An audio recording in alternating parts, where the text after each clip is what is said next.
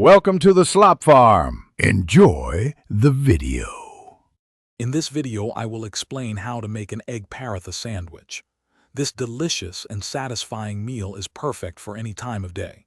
We'll start by gathering all our fresh ingredients, ensuring we have everything ready for a smooth cooking process.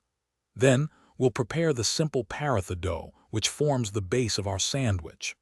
Finally, we'll whisk up the eggs with some seasoning, getting them ready for cooking. Now let's get cooking. First, roll out your paratha dough into thin, approximately 6-inch circles. Heat a griddle or flat pan to medium-high heat and cook each paratha for about 2 minutes per side until golden brown. Once the paratha is cooked, pour about 1/4 of your whisked egg mixture directly onto one side of the hot paratha. This creates a delicious, integrated egg layer. With the egg cooked onto the paratha, it's time to assemble our sandwich. Carefully fold the egg-coated paratha in half, creating a pocket for your fillings. Now, get creative. Add your favorite ingredients such as sliced cheese, fresh tomatoes, onions, or even some spicy chutney.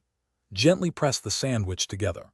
You can toast it briefly on the griddle for 1 to 2 minutes per side for extra crispiness and melted cheese. Your delicious egg paratha sandwich is now ready to enjoy. Serve it warm, straight from the griddle for the best flavor and texture. This versatile dish pairs wonderfully with a cool side of yogurt, a crisp green salad, or even a tangy pickle. It's a fantastic meal for breakfast, lunch, or a quick dinner. Remember to check the description below for the link to Little Tree's black ice and other great deals. Enjoy every bite of your homemade creation. Thanks for watching. Consider subscribing if we helped you today.